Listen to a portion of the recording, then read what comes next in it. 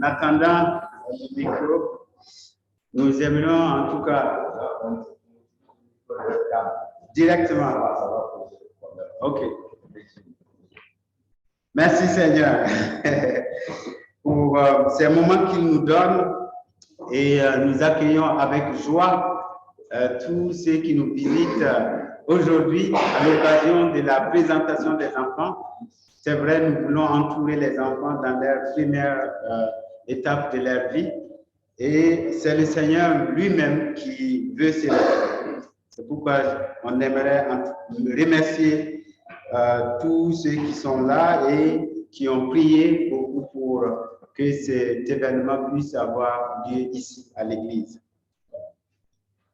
J'ai retenu un verset que Denis nous a lu dans sa présidence qui va bien avec cette réflexion.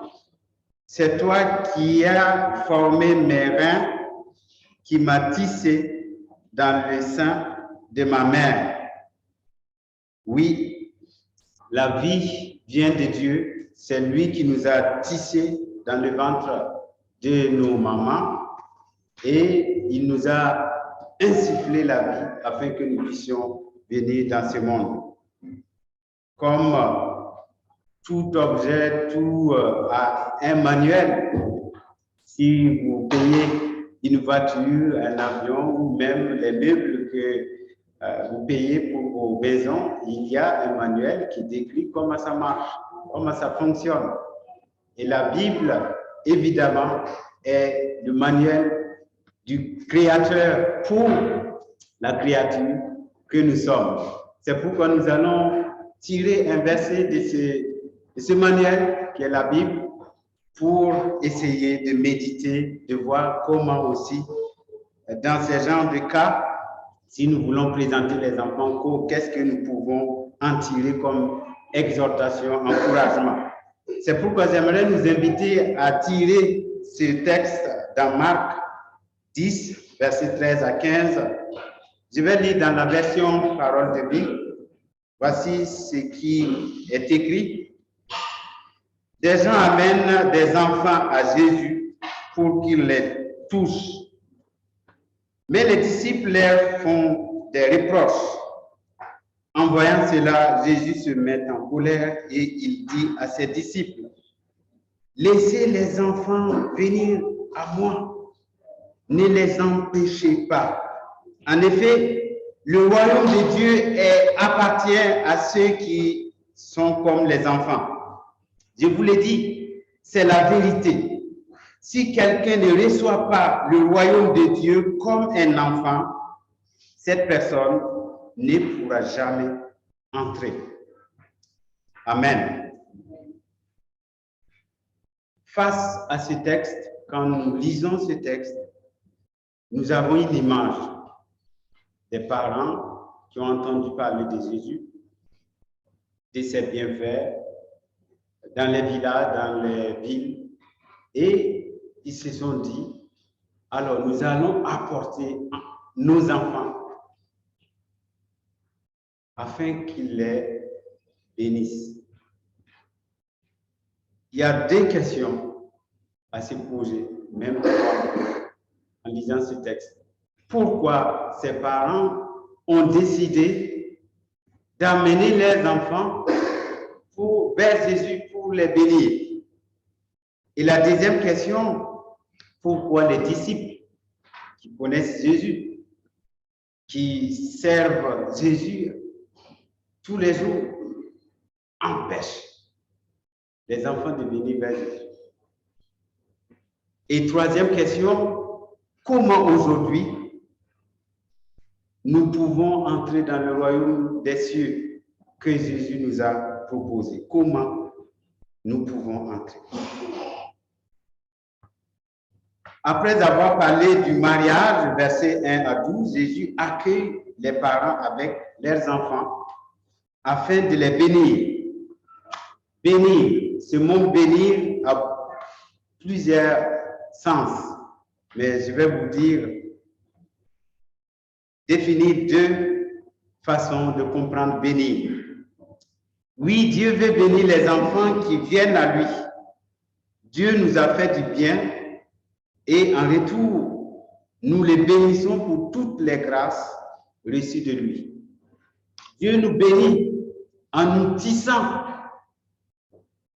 dans le ventre de nos mamans, en nous insufflant la vie, en nous donnant la possibilité de venir dans le monde. En plus de ça, il nous permet d'obtenir, il nous donne plusieurs grâces. Il permet aux parents de recevoir un enfant, même si aujourd'hui, dans notre monde actuel, la médecine semble être au point pour la procréation, mais n'oublions pas que l'auteur de la vie, celui qui insuffle la vie, est toujours Dieu. Et c'est une grande bénédiction, c'est une grande reconnaissance de savoir que Dieu donne la vie et nous accompagne tout au long de cette vie. Ce n'est pas simplement après la naissance, mais tout au long de notre vie, de notre passage sur cette terre, Dieu nous accompagne et veut nous voir être dans la joie, dans la paix, dans la sécurité et aussi grandir dans sa connaissance. Dieu nous bénit en nous protégeant et en nous rassurant de sa présence, de sa grâce et de sa fidélité aussi auprès des enfants. Nous voyons aussi dans notre monde actuel comment les choses sont en train de tourner. Des enfants, oui, des enfants aujourd'hui qui sont employés dans tous les champs de bataille d'une manière innocente et dans tous les conflits qui peuvent exister. C'est pourquoi chaque jour, Jésus veut que nous apportions, nous amenions les enfants à lui par la prière afin qu'il les bénisse. Ce n'est pas simplement aujourd'hui. Aujourd'hui, nous voulons marquer le coup. Nous voulons nous arrêter pour rendre grâce à Dieu. Mais tous les jours, le Seigneur voudrait que nous puissions apporter, amener les enfants devant lui, dans la prière, afin qu'il les bénisse chaque jour. Présenter un enfant au Seigneur n'est donc pas un baptême, mais il permet de marquer l'événement de la naissance en disant notre reconnaissance au Seigneur. Nous faisons la distinction entre le baptême et la présentation, parce que la présentation, c'est une forme de reconnaissance, comme Jésus lui-même a été présenté au temple dès ses premiers jours pour dire merci au Seigneur. Et le baptême est aussi une autre étape. Lorsque l'enfant va grandir sous les regards du Seigneur et il discerne que réellement le Seigneur est son sauveur et son Seigneur et place sa confiance dans le Seigneur, c'est alors que vient, oui, la vie du disciple qui entame avec le baptême. Nous avons deux réalités à voir dans ce texte, ce passage que nous avons lu. C'est d'abord la responsabilité. À qui la responsabilité? Aujourd'hui, la responsabilité est très importante. Les enfants, à qui la responsabilité? La responsabilité est avant tout les parents et deuxièmement, la responsabilité revient aussi à l'Église, à la communauté. Nous sommes interpellés parce que nous sommes une famille et la responsabilité aussi est à nous de les entourer et de les accompagner. Et deuxièmement, nous allons voir que Jésus prend l'exemple de la foi des enfants pour nous aujourd'hui.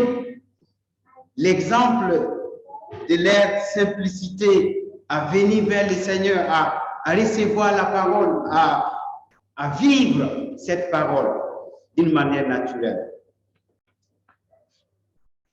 Les parents, comme nous avons vu dans ce texte, c'est par leur propre initiative. Ils ont vu que Jésus est un Seigneur de grâce. Il bénit, il accompagne, il reçoit, il accueille.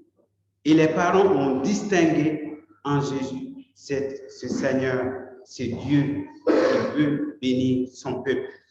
Et ils ont apporté naturellement leurs enfants au Seigneur. Accompagner les enfants vers le Seigneur par l'éducation, l'amour, la prière, c'est ce que le Seigneur nous invite tous les jours. C'est vrai que dans l'éducation nationale, on fait la distinction entre éduquer un enfant et instruire un enfant. Et les professeurs aiment dire, nous avons la responsabilité d'instruire, mais l'éducation, c'est les parents. Et là, ça nous interroge aussi en tant qu'Église et en tant que parents. Est-ce que ce n'est pas les trois à la fois? Éduquer, instruire et même accompagner d'une manière spirituelle dans son développement et dans sa croissance avec Dieu. L'enfant, de sa propre initiative, choisira de suivre Christ comme son sauveur et Seigneur. Devenir disciple, il choisira aussi de le servir. Et cette responsabilité nous appartient en tant que parents. Et c'est une lourde responsabilité, mais en même temps, nous avons le privilège de compter sur la fidélité du Seigneur. Notre Seigneur est fidèle. Il est avec nous dans cette éducation, dans la transmission des valeurs de la foi, dans la transmission des valeurs aussi de la société, de la vie sociale. L'Église est la famille spirituelle des enfants, c'est-à-dire qu'ils apprendront à connaître notre Père Céleste et ses enfants qui composent l'Église, c'est-à-dire les frères et sœurs. L'Église aussi a une responsabilité. Nous voyons ici les disciples, lorsque les parents ont amené les enfants vers Jésus, les disciples, les premiers à intercaler, c'est les disciples, ceux qui connaissent Jésus, qui connaissent que Jésus est un Jésus d'amour, comme nous l'avons chanté. Non, vous ne pouvez pas venir vers le Maître.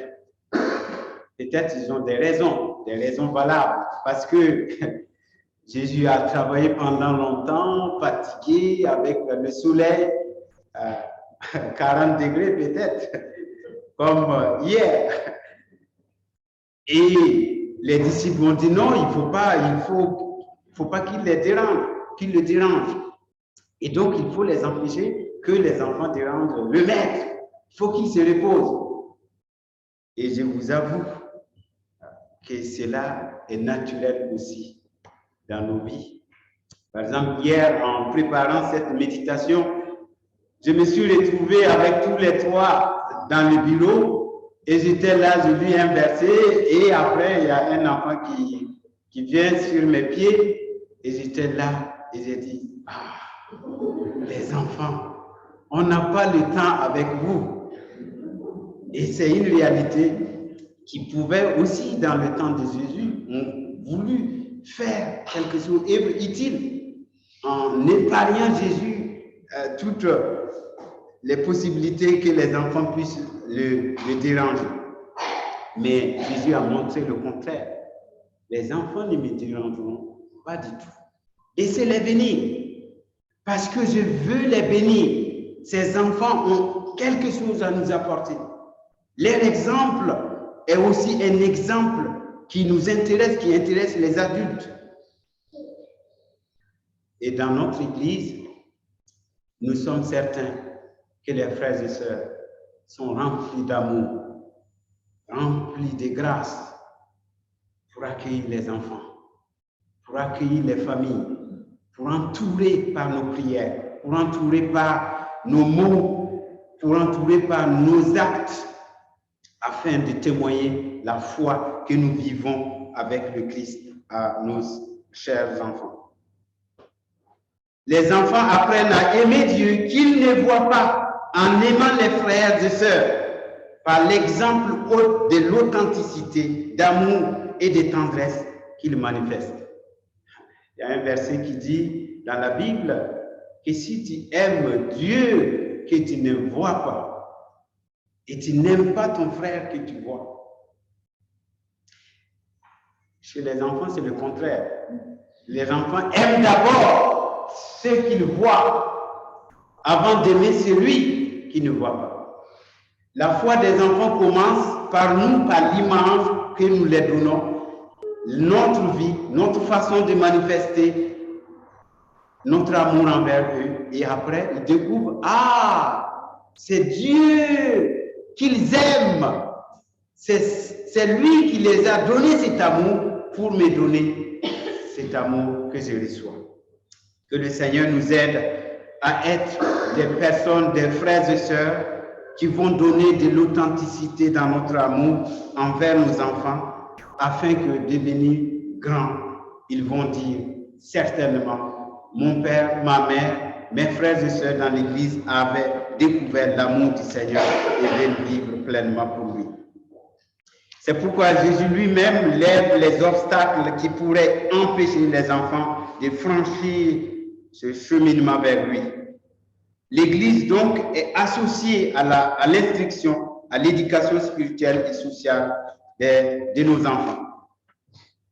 L'exemple de foi, qu'est-ce que les enfants peuvent donner comme exemple de foi à nous aujourd'hui? Jésus a déjà pris l'exemple d'un enfant pour enseigner ses disciples c'est qu'est la véritable foi et le service qui en découle. En Marc 9, dans le chapitre précédent, au verset 36-37, il dit, ensuite il prend un enfant, il le met au milieu du groupe, l'embrasse et lui dit aux disciples, si quelqu'un reçoit un de ses enfants à cause de moi, c'est moi qui le reçois. Et cette personne qui me reçoit, ce n'est pas moi qu'elle reçoit, elle reçoit celui qui m'a envoyé. Jésus prend l'exemple d'un enfant au milieu de la foule, l'embrasse et dit, voici cet enfant. C'est l'exemple type de la foi. La foi en Jésus reçoit comme un enfant, c'est-à-dire nos attitudes. L'enfant a une simplicité innocente, simple. À tous les enfants, si vous voulez témoigner la simplicité, vous allez voir naturellement la simplicité chez les enfants. Ils ne compliquent pas les choses. Ils reçoivent simplement avec innocence ce qu'on leur donne. L'enfant s'émerveille naturellement devant les choses qu'il découvre. Il s'émerveille. Pourtant, nous, si on voit quelque chose, bon, j'ai déjà vu ça il y a 10 ans, ça ne me fait aucun effet. Mais l'enfant, quand il voit quelque chose qui est beau, ah, c'est beau. Ça témoigne réellement de l'émerveillement qu'il découvre avec tous les jours qu'il avance dans sa vie. L'enfant est dépendant de ses parents et considère cela comme normal. N'est-ce pas ce que Dieu veut pour nous? Dépendre de Dieu, de lui, le Créateur, celui qui nous a tissés dans le ventre de nos mamans, veut aussi que nous puissions dépendre de lui tous les jours de la vie. Et les enfants, ils sont en totale dépendance avec les parents.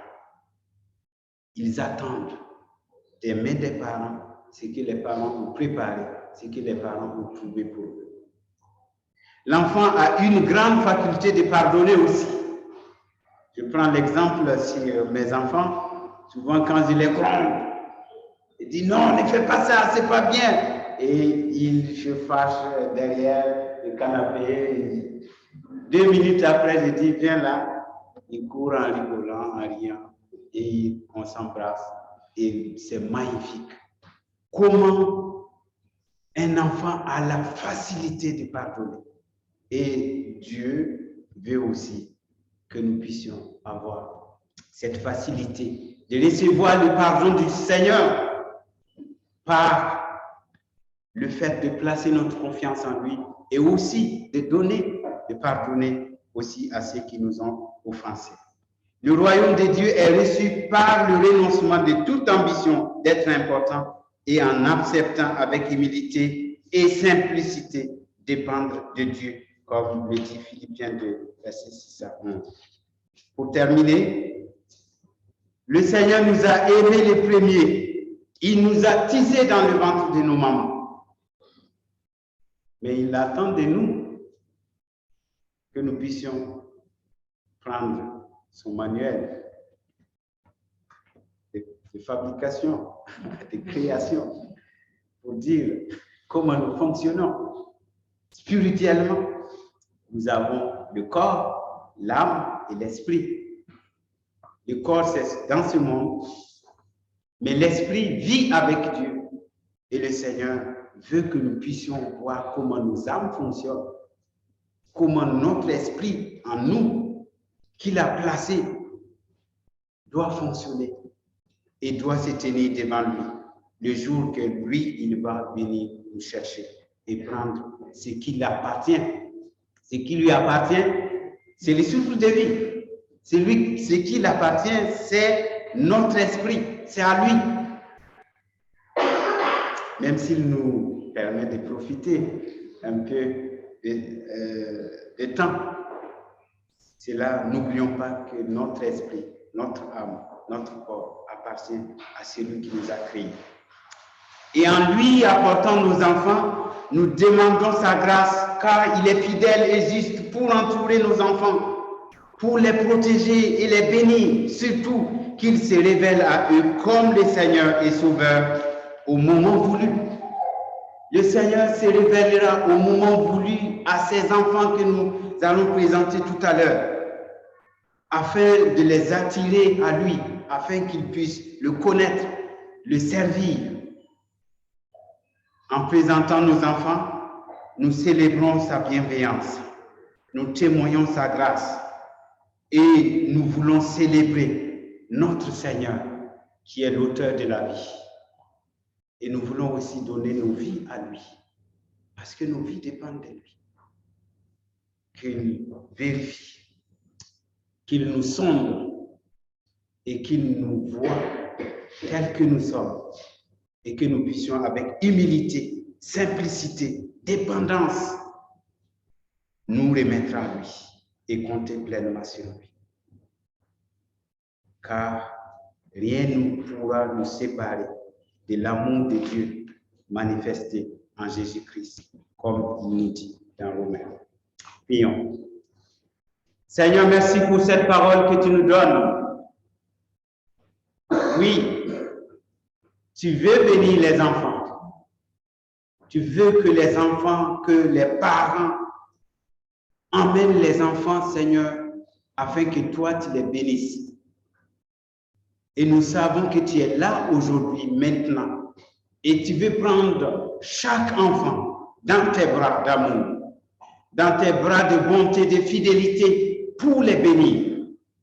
Tu veux prendre Andouf, tu veux prendre Amy, tu veux prendre, oui, Neissa, tu veux prendre Naomi, tu veux prendre Esaïe, tu veux prendre aussi Miarou, tu veux prendre aussi tous les enfants qui sont là, les 5 enfants que nous avons cités. Oui, tu veux les prendre dans tes bras d'amour et tu veux les bénir. Et nous te voyons les toucher et nous te voyons les bénir et nous te voyons les entourer de ta grâce. Et tu nous dis, soyez confiants, soyez rassurés que je suis avec vous tous les jours jusqu'à la fin des temps. Seigneur, merci pour ton assurance. Merci pour ta grâce. Merci pour ta fidélité. Et merci pour ta présence aujourd'hui, ce matin, dans cette église, pour bénir ces enfants d'une manière particulière. Seigneur, nous pensons aussi à tous les enfants, peut-être qui sont là ou qui ne sont pas là. Oui, Seigneur, que tes regards se baissent, se tournent vers eux et que tu les gardes dans cette société. Tu les gardes dans le milieu sociale où ils vivent, que ta main soit sur eux, ta bonté soit sur eux et ta face brille sur eux et que tu les accompagnes pleinement dans cette vie. Au nom de Jésus. Merci pour tous ceux qui nous visitent.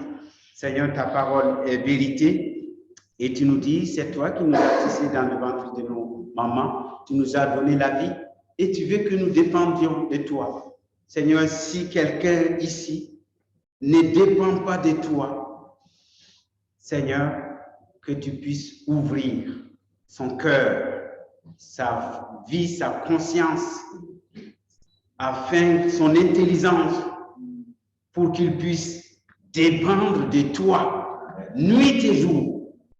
Oui, qu'il place entièrement sa confiance en toi, parce que c'est toi l'auteur de la vie, et c'est toi qui nous accompagne tout au long de notre vie. Merci Jésus pour ta grâce et ta présence au milieu de nous ce matin, pour bénir ton Église. Amen.